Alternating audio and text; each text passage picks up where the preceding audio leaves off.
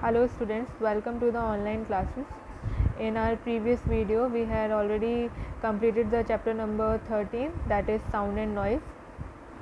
So today we will start with a new chapter of class 8 science, that is chapter number 14, some natural phenomena. And this one will be the part 1, and in this part we will study some topic of the same chapter, that is electric charge, and we will come to know about that कैसे charge atom में होता है and properties of charges, nature of charges, test for charges, methods of charges, that how will you charge the object, like charging by friction, charging by conduction and charging by induction. So this is the whole thing which you are going to learn in this particular video, and let's begin. Let's start with the chapter some natural phenomena. तो हमारे life में हमारे आसपास environment में बहुत सारे natural phenomena होते रहते हैं. तो ये कुछ पिक्चर्स दी हुई हैं जिसमें कुछ नेचुरल फिनोमेना हैं और कुछ मैन मेड एक्टिविटीज़ हैं. तो as you can see that earthquake जो है, फर्स्ट जो पिक्चर है वो अर्थक्वेक की है. And earthquake always come in a natural phenomena, क्योंकि उसमें मैन मेड एक्टिविटी का कोई हाथ नहीं होता. Like it's all about natural phenomena. Earthquake हुआ, सुनामी हुई, and that short circuit is not actually a natural phenomena. वो एक मैन मेड एक्टिविटी है, मैन की एक एक्टिविटी है जिस वजह से शॉर्ट सर्किट होता है. Lightning is a natural phenomena. Even that is a mirage is a natural phenomena. And mirage होता क्या है, इस बेसिकली आपने देखा होगा, ये ज़्यादातर जो मिराज फॉर्मेशन होती है डेजर्ट में देखने मिलती है. जब डेजर्ट में कहते हैं, जब बहुत दूर से देखते हैं तो ऐसा लगता है कि आगे जाके पानी है, वाटर एग्जिस्ट कर रहा है, ऐसा फील होता है डेजर्ट में. बट जब वहाँ पहुँचते हैं उस पर्टिकुलर प्लेस पे तो कोई भी पानी नहीं होता है. तो उस जो फिनोमेना होता है उसको मिराज बोलते हैं. अगर अपने उसमें अगर हम देखना चाहें तो ये हमें जब समर का टाइम होता है और आप कहीं बाहर अगर जा रहे हो, ट्रैवल कर रहे हो, और अपनी गाड़ी से जब आप सामने की तरफ देखोगे, आगे की तरफ, तो आपको रोड पे आगे ऐसा लगता है कि पानी की ड्रॉपलेट्स हैं, पानी कहीं फैला हुआ है. बट जब आप पर्टिकुलर प्लेस पर पहुंचते हो then there will be no water. तो वो जो फिनोमेना होता है वो उसको हम बोलते हैं मिराज.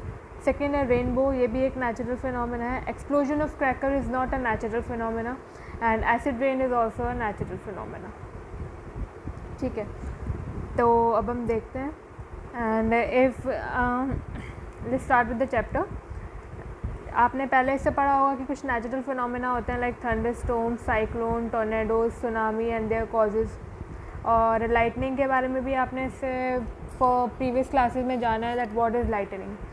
अब ये लाइटनिंग कैसे होती है, कैसे प्रोड्यूस होती है, क्या उसके पीछे रीजंस होते हैं, कॉन्सेप्ट क्या है, साइंस से कैसे रिलेट करोगे आप इसको, तो ये सब हम इस चैप्टर में सीखेंगे. दैन फर्स्ट जो टॉपिक आता है इस पूरे चैप्टर का हमारे पास, वो आता है इलेक्ट्रिक चार्ज या electrical charges. Then what is electrical charges. ठीक है, तो जनरली इसमें जो एग्जांपल दिया हुआ है वो ये दिया हुआ है, जब आप सिंथेटिक क्लोथ्स पहनते हो तो आपको गर्मियों में तो आपको ऐसा लगता है कि वो स्टिक कर रहे हैं, आपकी स्किन से चिपक रहे हैं. तो ऐसा क्यों होता है? This is all because of electric charge. Electric charge की वजह से क्या होता है कि वो जो सिंथेटिक क्लोथ्स हैं वो आपकी बॉडी से स्टिक करते हैं. एंड इससे पहले वाले फोर्स एंड प्रेशर वाले चैप्टर में we have done one activity जिसमें हम अपने कॉम को ड्राई हेयर से रब करके उसको पास में लाके उससे बिट्स ऑफ पेपर अट्रैक्ट करा रहे थे. तो वो भी क्या है, इलेक्ट्रिकल चार्ज आप प्रोड्यूस कर रहे हो. तो वो भी एक इलेक्ट्रिकल चार्ज का ही एग्जाम्पल है. एंड यही उस तरीके की एक्टिविटी ये दे रखी है. इसमें आपने कुछ प्लास्टिक रिफिल्स यूज़ की हुई हैं. So what ever be the medium, कोई भी मीडियम हो, लाइक या तो आप कोम ले लो या प्लास्टिक की कोई रिफ़िल ले लो, किसी भी चीज़ को अगर आप चार्ज करते हो तो वो उसमें वो पावर होती है, फिर वो किसी अनचार्ज ऑब्जेक्ट को उठा सकता है. ठीक है, अब ये पूरा फिनोमेना कैसे चलता है, चार्ज जैसे कि मास हर ऑब्जेक्ट का, हर बॉडी का मास होता है, वैसे ही जो किसी भी मैटर का चार्ज भी होता है, इलेक्ट्रिक चार्ज भी उसमें होता है. And every atom is made up of charge particle. Her atom जो है वो चार्ज पार्टिकल से मिलके बनता है. 2 टाइप ऑफ चार्जेस होते हैं, दैट इज़ पॉजिटिव और नेगेटिव. एटम में दोनों ही होते हैं. नेगेटिव चार्ज को हम बोलते हैं इलेक्ट्रॉन्स एंड पॉजिटिव चार्ज को हम बोलते हैं प्रोटॉन, ठीक है। एंड दोनों ही इक्वल अमाउंट में प्रेजेंट होते हैं। Number of proton is always equals to number of electron in an atom, तो वो दोनों ही एक दूसरे को कैंसिल आउट कर देते हैं। तो एटम जो है वो इलेक्ट्रिकली क्या हो जाता है, न्यूट्रल, इलेक्ट्रिकली उस पर कोई भी चार्ज नहीं रहता है। तो एटम का थोड़ा सा कंस्ट्रक्शन देख लेते हैं कैसे रहता है अंदर से। एटम के बिल्कुल सेंटर में एक न्यूक्लियस होता है। तो जैसा कि अगर हम देखते हैं, अगर हम एज सच स्टडी में देखें, तो अगर आपको सोलर सिस्टम अगर आप ध्यान में रख सकते हो तो आप उसको ध्यान में रखो। न्यूक्लियस को सन मानो और उसके आसपास आप रिंग्स मानो, और उन रिंग्स में जो है कौन ट्रैवल करता है, इलेक्ट्रॉन्स ट्रैवल करते हैं। तो बीच में जो न्यूक्लियस होता है उसमें आपके प्रेजेंट होते हैं protons and neutrons. Neutrons electrically neutral होते हैं, न्यूट्रॉन्स पे कोई भी चार्ज नहीं होता है, तो वो चार्ज का कोई भी पार्टिसिपेशन नहीं कराते हैं पूरे एटम में। बात आती है प्रोटॉन की। प्रोटॉन पॉजिटिवली चार्ज होते हैं और वो न्यूक्लियस में इनसाइड द एटम बिल्कुल हार्ड कोर में जाके न्यूक्लियस में वो कहीं स्टेबल रहते हैं, लाइक प्रोटॉन इस्टेब्लिश करता है वहाँ पे, और बाहर की साइड रहते हैं इलेक्ट्रॉन्स जो कि रिवॉल्व करते रहते हैं। तो जो चार्ज का जो ट्रांसफ़र हो रहा है, तो अंदर से प्रोटॉन तो कहीं जाके ट्रांसफ़र होगा नहीं। अगर हम ये कह रहे हैं दैट चार्ज इज़ ट्रांसफरिंग, तो प्रोटॉन तो न्यूक्लियस से निकल के इतना बाहर आगे जाएगा नहीं। तो बाहर क्या चीज़ें रिवॉल्व कर रही हैं, नेगेटिव चार्ज, इलेक्ट्रॉन रिवॉल्व कर रहा है। तो क्या होगा, इलेक्ट्रॉन जो है, इलेक्ट्रॉन ट्रांसफ़र होता है जब हम चार्ज के ट्रांसफ़र की बात करते हैं। तो हमें थोड़ा सा पता चला लाइक एटम कैसे एटम के अंदर से कंस्ट्रक्शन क्या रहती है। एंड जो पॉजिटिवली चार्ज प्रोटॉन वो डीप इनसाइड द एटम होता है इन अ सेंट्रल कोर कॉल्ड, उसको न्यूक्लियस बोलते हैं। जो चार्जलेस पार्टिकल होते हैं, न्यूट्रॉन होते हैं, वो चार्जलेस पार्टिकल होते हैं, उसमें कोई चार्ज नहीं होता है, वो भी न्यूक्लियस में ही प्रेजेंट होते हैं। एंड द इलेक्ट्रॉन्स जो हैं वो आउटर रीजन में प्रेजेंट होते हैं। तो बहुत इजी हो जाता है कि इलेक्ट्रॉन बड़ी आसानी से निकल सकता है और वो ट्रांसफ़र हो सकता है। तो जब हम प्लास्टिक कॉम को अपने हेयर से रब कर रहे थे तो क्या हो रहा था, इलेक्ट्रॉन्स जो है, नेगेटिव चार्ज जो है वो रिमूव हो रहा था सरफेस में। तो वो नेगेटिव चार्ज, अब आप एक बात सोचिएगा कि दोनों के पास कुछ चार्जेस हैं, तो जिस पे से हम जो चीज़ कम हो जाएगी वो उसके ऑपोजिट चीज़ में ज़्यादा हो जाएगा। लाइक सपोज़ कीजिए I am having the negative and positive charge, and कोई एक ऑब्जेक्ट है उसके पास भी नेगेटिव और पॉजिटिव चार्ज है। तो अगर मैं अपने नेगेटिव चार्ज उस पर्टिकुलर ऑब्जेक्ट को दे देती हूँ तो ऑब्वियसली उस ऑब्जेक्ट के पास नेगेटिव चार्ज ज़्यादा हो जाएगा और मेरे पास पॉजिटिव चार्ज ज़्यादा हो जाएगा, क्योंकि मैंने नेगेटिव चार्ज दे दिया है। और हर एटम में हमने ये तो जान ही लिया कि जो हम बिल्कुल जनरली बात करें तो एटम जो है उसमें नंबर ऑफ़ प्रोटॉन और नंबर ऑफ़ इलेक्ट्रॉन्स इक्वल होते हैं। तो अगर मैं इलेक्ट्रॉन्स किसी को दे रही हूँ, नेगेटिव चार्ज अगर किसी को दे रही हूँ, तो मेरे अंदर पॉजिटिव चार्ज बढ़ रहा है और जिसको मैंने नेगेटिव चार्ज दिया है उसके अंदर नेगेटिव चार्ज बढ़ रहा है। तो दिस हैपन्स। तो ऐसे चार्ज ट्रांसफ़र होता है। तो जब आपने कॉम रब किया तो नेगेटिव चार्ज जो है सरफेस का वो निकल गया किस पे आ गया, कॉम पे, और कॉम क्या हो गया, वो भी इलेक्ट्रिकली चार्ज हो गया। और अब थोड़ा नेचर ऑफ़ चार्जेस के बारे में जानते हैं। There is nothing in a nature of charge. इसमें बेसिकली हमारा यही चल रहा है कि नेचर ऑफ़ चार्ज अगर हम देखें तो दो तरीके का होता है, एक तो पॉजिटिव होता है, एक नेगेटिव होता है।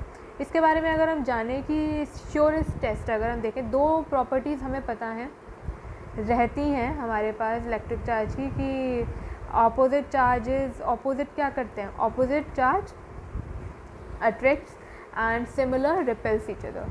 ठीक है, तो एक बात याद रखना है, चार्ज का अगर कोई टेस्ट है तो repulsion is the surest test. Attraction अगर पूछा जाए what is the surest test of charge, electric charge, तो वो क्या है, रिपल्शन है।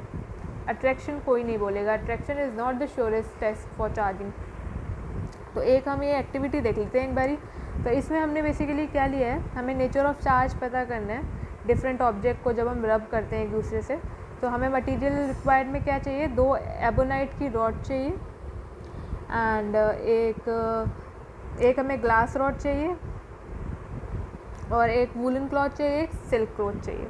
तो हमने क्या किया, सबसे पहले एबोनाइट की जो रॉड थी उसको वूलन क्लॉथ से रब किया और उस एबोनाइट की रॉड को थ्रेड के थ्रू हैंग कर दिया।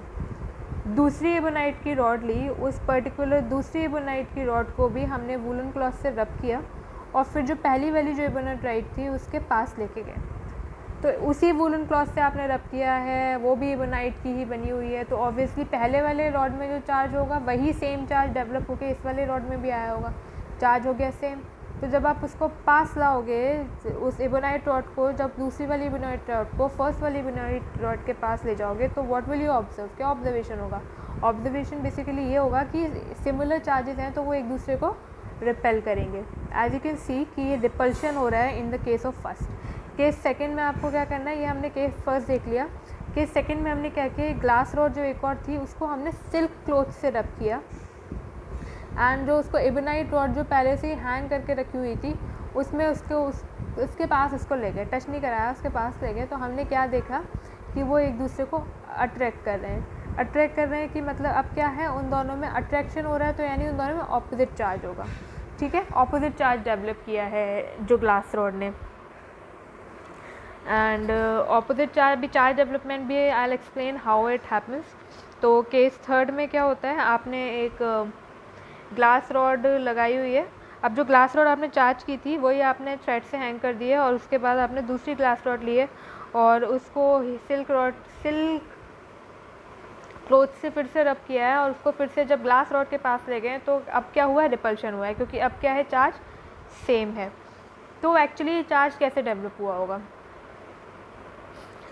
ट्रांसफ़र तो नेगेटिवली चार्ज बॉडी का ही होना है, ये तो हमको समझ में आता है।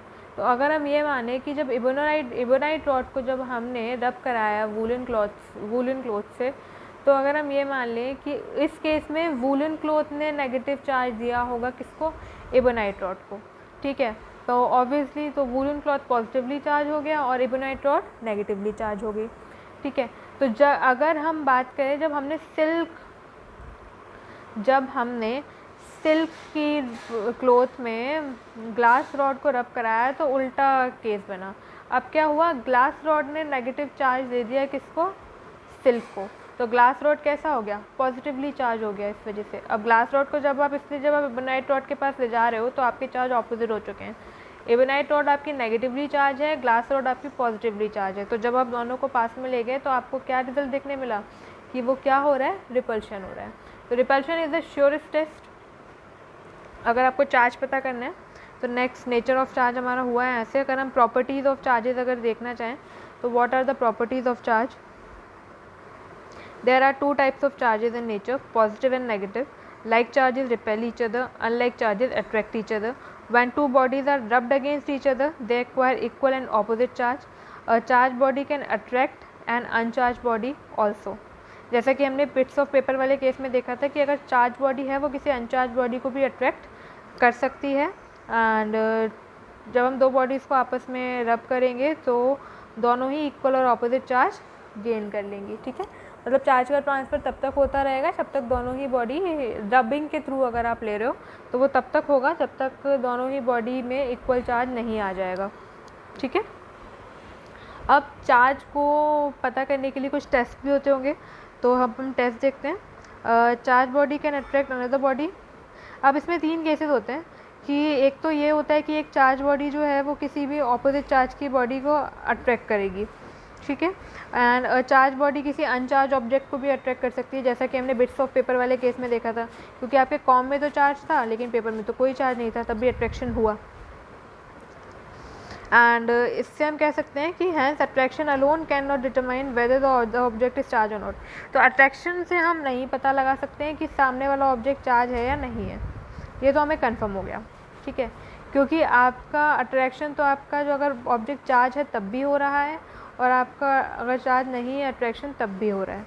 ठीक है, तो attraction is not a surest test, but if the object is repelled by the charge object, अगर आपका ऑब्जेक्ट जो है वो रिपेल कर रहा है चार्ज बॉडी से, रिपल्शन हो रहा है, तो ये इंडिकेट हो जाएगा कि ऑब्जेक्ट जो है वो चार्ज है and has charge opposite to that of the object. और जो चार्ज ऑब्जेक्ट है उसका चार्ज कैसा है, ऑपोजिट है, इस वजह से वो क्या कर रहा है, रिपेल कर रहा है।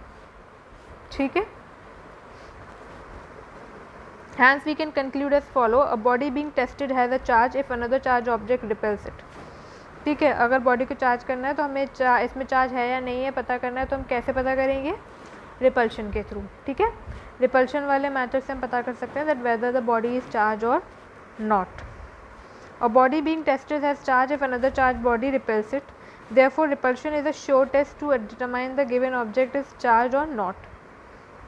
कुछ स्टेप्स दिए हुए हैं, हम उनको फॉलो करके हम पता लगा सकते हैं। Nature of charge of an object, bring the object to be tested first near the positively charge body and then near the negatively charge body and note the following observation. अब आपको क्या करना है, एक ऑब्जेक्ट लेना है जिसको भी टेस्ट करना है, जिस भी ऑब्जेक्ट को, कि whether the body is the charge और नॉट।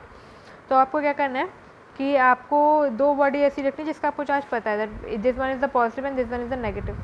तो आप क्या करोगे, आप उस ऑब्जेक्ट को उसके पास लाओगे, फिर क्या ऑब्जर्वेशन होंगे ये देखते हैं। अगर दोनों ही ऑब्जेक्ट अट्रैक्ट कर रहे हैं तो आपका पता चलेगा कि इसमें कोई भी चार्ज नहीं है, ठीक है।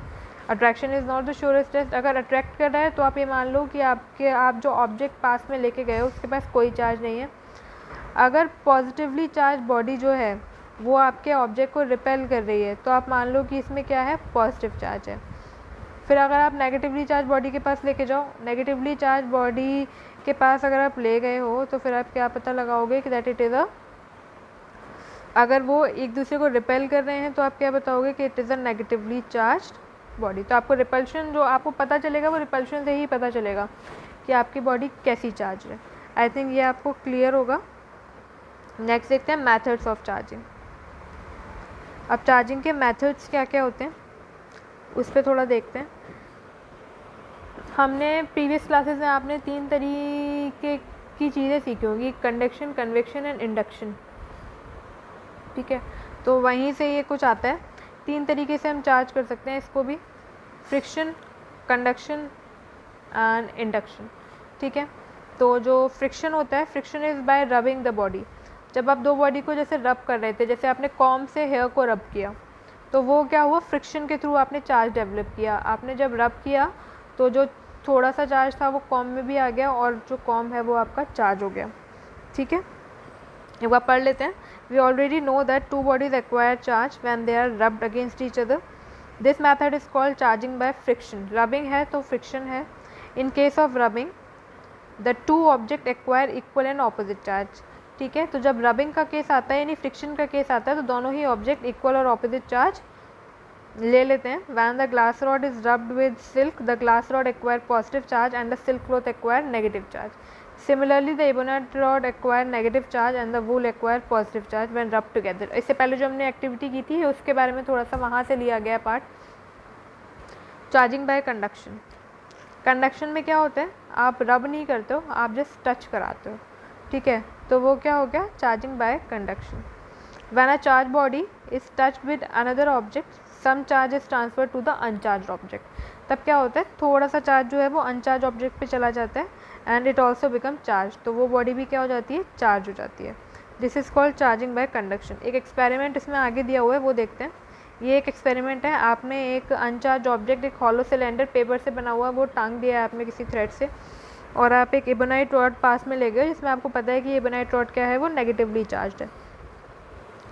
तो जब आप उसको टच कराओगे एबोनाइट रॉड को तो फिर उस केस में क्या होगा, जब आपने सिलेंडर पे टच कराया तो नेगेटिव चार्ज जो है वो टच कराने पे क्या हुआ, ऑपोजिट चार्ज उस पर आ गया, नेगेटिव चार्ज आपने उसको दे दिया। लाइक इसमें देखते हैं, it will be observe that in the first case the cylinder gets attracted toward the ebonite rod. First case में क्या होगा, सिलेंडर अट्रैक्ट होगा उसकी तरफ, and once the ebonite rod touches the paper cylinder it repels the paper cylinder. जब आप पास में ले गए हो तो क्या हुआ, एक दूसरे को उन्होंने क्या किया, अट्रैक्ट किया, यानी चार्ज ऑपोजिट था। आपके वाला जो एबोनाइट रॉड थी वो नेगेटिव चार्ज है और जो सिलेंडर था वो उसमें अपनी तरफ से क्या था, पॉजिटिव चार्ज प्रेजेंट था। बट जैसे ही आपने क्या किया, आपने टच करा दी एबोनाइट रॉड तो क्या हुआ, जो नेगेटिव चार्ज था एबोनाइट का वो ट्रांसफ़र हो गया किस में, सिलेंडर में। और उसके बाद क्या होगा, जब सेम चार्ज हो गया तो फिर क्या होगा, पेपर सिलेंडर जो है वो रिपेल करना स्टार्ट कर देगा, ठीक है। तो ये आपका कंडक्शन के थ्रू चार्ज ट्रांसफ़र हुआ है बेसिकली। एक नेक्स्ट आता है charging by induction. When a charge body, यानी एबोनाइट रॉड जो है, जब आप उसको, अब इंडक्शन में आप टच भी नहीं कराते हो, सिर्फ पास में लाते हो, जो कि फर्स्ट केस में आपने, इसमें जो फर्स्ट केस था तब आप जब ले गए थे कि आप सिर्फ पास ले गए थे, आपने टच नहीं कराया था। और पास ले जाने में क्या हुआ था, जो दूसरा वाला था वो पॉजिटिवली चार्ज हो गया था, ऑपोजिट चार्ज आता है इस केस में, ठीक है। तो इस केस में आपको क्या कराना है, आपको टच नहीं कराना है, आपको सिर्फ एक ऑब्जेक्ट, एक चार्ज ऑब्जेक्ट दूसरे अनचार्ज ऑब्जेक्ट के पास लाना है, जिसकी वजह से क्या होगा, वो अनचार्ज ऑब्जेक्ट भी क्या हो जाएगा, चार्ज हो जाएगा। और इस वाले मेथड को हम क्या बोलते हैं, चार्जिंग बाय इंडक्शन बोलते हैं।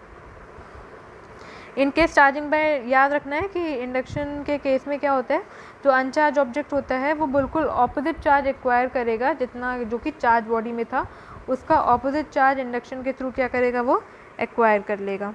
ठीक है, तो इतना आई गेस क्लियर होगा आपको, charging by induction and charging by conduction and charging by friction. ठीक है, तो ये इतना समझ में आया होगा। ये हमारा फर्स्ट चैप्टर में हमने chapter number 14 the some natural phenomena, इस वाले चैप्टर में हमने इलेक्ट्रिकल चार्ज के बारे में जाना है। अभी ये चैप्टर रह गया है, it's not completed yet, but इसमें हमने इलेक्ट्रिकल चार्जेस के बारे में जाना है, दैट पॉजिटिव चार्ज और नेगेटिव चार्ज क्या होते हैं, कैसे आप चार्ज एक्वायर कर सकते हो, what are the ways to transfer the charge, कितने तरीक़ों से चार्ज ट्रांसफ़र हो सकता है, तो ये सब हमने जाना है। इसके बाद electroscope will be our next topic, जो कि हम अपने नेक्स्ट वीडियो में पार्ट 2 में लेके आएंगे। आई थिंक आपको इतना क्लियर होगा, और इसको आप 1-2 बार और सुनिएगा तो आपको अच्छे से क्लियर होगा कि व्हाट आर चार्जेस और कैसे आप उसको ट्रांसफ़र कर सकते हो। तो thank you so much for watching the video.